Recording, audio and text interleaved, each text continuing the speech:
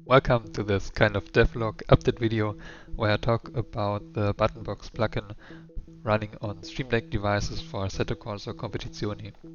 In case you haven't seen my how to use video about this plugin, you can check it out. I put a link in the video description. In this video, I mainly want to talk about two small changes that are coming with the next update. So let's get into it. The first change is for the traction control action, which previously only had a single key binding, and now I added a second one for the second traction control level. And in-game it looks like this. I can change the traction control level as previously by clicking on the button. By holding the button for around half a second, I can change the second traction control level. And the display quickly switches to the second level for around 2 seconds and then switches back to the main view. But as previously, it's still possible to add dedicated buttons for the second TC level and assign your key bindings, and these also work in game as they did previously.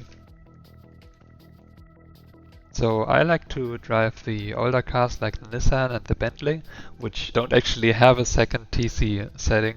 So for me it makes sense to not waste 2 additional buttons on a functionality that I don't usually use.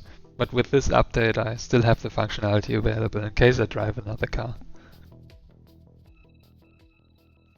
The second update is for the ignition and engine start actions. To show you, I have to turn them off.